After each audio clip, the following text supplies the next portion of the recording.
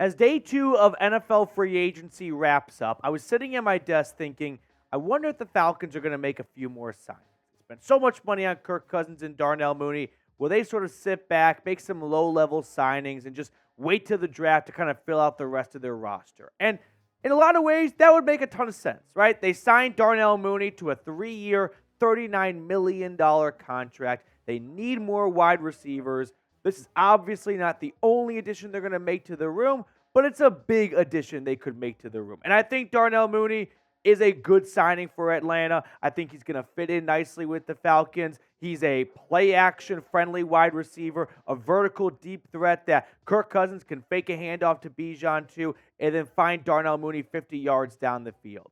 Now, the production has not been in the last 2 seasons, in my eyes, to warrant that big of a contract, but that is sort of the nature of free agency. Everyone is already slightly overpaying.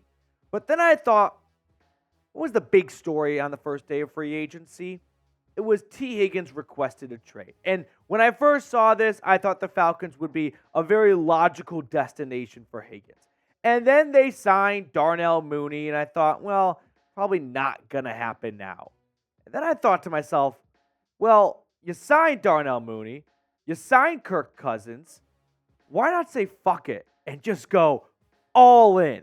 Now, I know there are some cap constraints and parameters to work around, but just stick with me for a moment and tell the cap nerds to shut up, because Tee Higgins to Atlanta would be incredible. I'm not sure if it's really possible to pay all these guys in one offseason, but if the Falcons want to go all in, why not go all in? Why not go more all in than we've seen a team do in recent memory? Why not go get Darnell Mooney, Tee Higgins, and pair them with Drake London, Bijan Robinson, and Kirk Cousins? I would do this in a heartbeat. I think this would be a fantastic addition for the Atlanta Falcons, right? Now, what would it cost?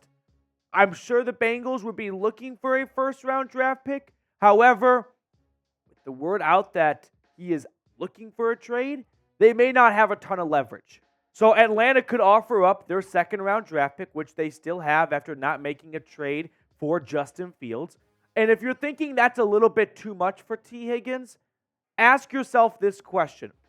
If Tee Higgins and his current age and current contract status enter this year's draft, would a team take him before pick 43? I think without a doubt a team would pick him before the 43rd overall selection. Now, you could go get a wide receiver at that spot, don't get me wrong, and hey, that could work out great. You could get the next Tee Higgins, a second-round pick himself, and not have to pay a huge contract. And I don't disagree with that. That's a good idea. That's a safe idea. But what if you don't find a Tee Higgins in round 2? The NFL draft is a bit of a lottery and a crapshoot after all. You may feel like it's a surefire thing right now in March, but come April and fast forward a few years, go look at the graveyard of some former drafts and see how many second-round wide receivers did not pan out very well. So in my eyes, I would do this, like I said, in a heartbeat. If the Atlanta Falcons could put together an offense with Drake London and Darnell Mooney at their wide receiver, Bijan in the backfield, and I haven't even gotten a chance to mention Kyle Pitts at tight end, with Kirk Cousins spraying the rock all over the field, tell me you wouldn't say yes to this in a heartbeat. Tell me if this was an option, you would say no. Now, yes, it would come with giving up a second. It would come with likely giving Tee Higgins a contract extension. Maybe somewhere in the neighborhood of 3 years, $50 to $55 million, right? But it's Arthur Blank's money, and I don't really care about cap space. Restructure a deal. Do whatever you have to do to make this happen. But if you are very, very serious about maximizing Kirk Cousins' window when he's going to be playing his best football over the next 2 to 3 years, there's not a lot of defenses that want to go up against Kirk Cousins, Bijan Robinson, Drake London, Tee Higgins, and Darnell Mooney, and Kyle Pitts. Like, that's a team that's more than just going to win the NFC South. That's a team that can go into the playoffs and compete with the best in the NFC, that can truly give the 49ers, the team to beat in the NFC, a run for their money. So I go back to this trade, and I want to toss it your way. I say yes to it. I know that there are some parameters, and it's a little bit of fiction here, but at the same time, this is the NFL. Have you learned nothing over the last 48 hours? There are crazy, blockbuster, unexpected trades and signings happening left and right. So maybe I am in fantasy land a little bit, but come hang out with me because this would be an awesome trade for Atlanta to get done. This truly would be beyond all in. This is the type of shit that could plan a parade in downtown Atlanta. I'm a fan. I think this would be an awesome move for the Falcons to truly go and maximize their win now window with Kirk Cousins at quarterback. So that's my thoughts on the idea of trading for Tee Higgins. I do want to circle back to Darnell Mooney for a moment because I've read and seen some of the comments you guys had on the video we put up earlier after the Falcons signed him to that 3-year, $39 million contract, which I recommend for myself and you watching to look at it as a 2-year, $26 million contract. So they could likely get out after 2 seasons if they really want to. They're paying him $13 million a season. And I think we've seen great play out of Darnell Mooney. I think Mooney is better than what his 4 years in the NFL would say because the last 2 are somewhat underwhelming, right? I mean, I don't know if we've seen a guy go from a 31 grab, 414 yard, 1 touchdown, pretty much an entire season and turn around and cash in $39 million. Like just prior years receiving yards to dollars paid. I don't know if we've ever seen quite the jump like that before. The NFL salary cap did go up by $30 million, which means players are going to be looking for a little bit more money, and I think Darnell Mooney is going to be an excellent fit in this offense. He was someone we talked about on the channel before. I still feel like it's probably a little bit on the overpay side, and we'll always kind of wonder if it wasn't Darnell Mooney for 3 years, $39 million, who else could they have signed? But the Falcons had a big need at wide receiver, and they went out and got one of the best remaining free agent receivers.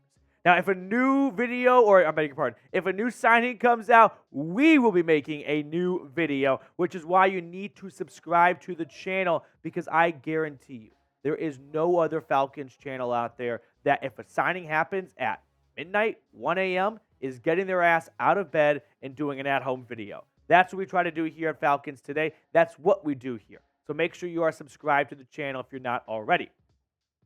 Let's run through some of the top free agents remaining, and I'm going to say there is a 95% chance by the time we publish this video, one of these 25 guys will have signed elsewhere. By the way, NFL news, Patrick Mahomes restructured his deal, creating $21 million in cap space. So Calvin Ridley, if he stays in Jacksonville all the way through tonight and then into tomorrow, the Jags do not owe the Falcons a second-round pick, and they could re-sign him and only give up a third. And that feels like a little bit of collusion. Shout out to Ruxin. That's going on right now in Duval County.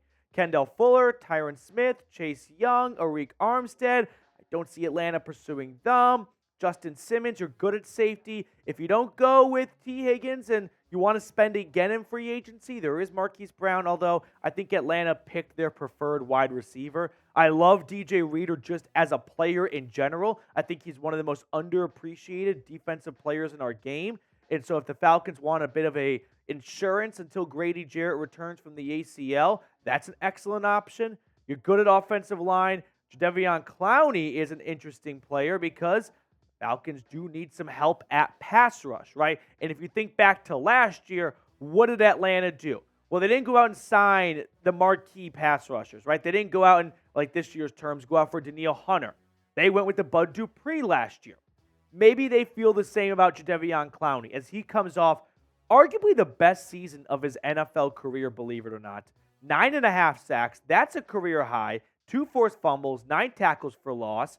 If they're looking to get a little bit more juice out of Clowney, the former first overall pick, and if he wants to come back to the Southeast, maybe that could be a nice, somewhat homecoming for him in Atlanta. Moving on here, they're good on offensive line. Julian Blackman, a good safety, but I'm very confident in Richie Grant and, of course, Jesse Bates. Good on offensive line, like I said. Xavier Howard, if Atlanta wants to add a veteran opposite of A.J. Terrell, that could be an option for them. And then 21 through 25, Sheldon Rankins, similar for DJ Reader for the case. Curtis Samuel. Atlanta needs to add more wide receivers. They have 2 right now. And then there's Steven Nelson, another veteran cornerback option for the Falcons. So those are some of the top remaining free agents out there. I have full confidence that by the time you are watching this, one of those 25 guys, maybe more, has already been signed. So just gloss over them. Before we get on out of here, I was texting one of my Falcons friends about the Darnell Mooney signing, and we both came to the exact same thought at the exact same time. I want to just say congratulations to Dallas Turner, because with the 8th overall pick in the 2024 NFL Draft, the Atlanta Falcons are now selecting Dallas Turner, edge rusher, out of Alabama.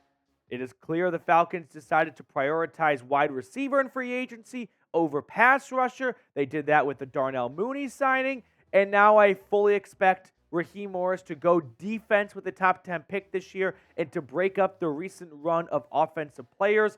While I love Rome Odunze and Malik Neighbors, and I personally would prefer them over a Dallas Turner selection, I feel like my job is to tell you guys not what I would do if I was the GM, because I'm not the GM. It's what I think the actual GM and head coach are going to do, and I think we can pretty much just skip past the penciling in, break out the Sharpie, and go, it's Dallas Turner at 8.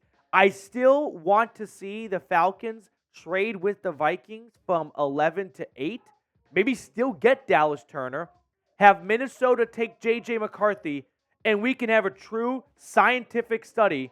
What was the better choice? Paying Kirk Cousins or drafting J.J. McCarthy at 8? And that way we can get full closure on who made the right decision. Well, that will do it for us on another edition of Falcons Today. Like I said, I was sitting at my desk, and I was like, I can go home. I kind of want to talk about what would be an all-in move, like a trade for Tee Higgins. So we'll sign off. We'll see you guys tomorrow with more Falcons free agency news and rumors.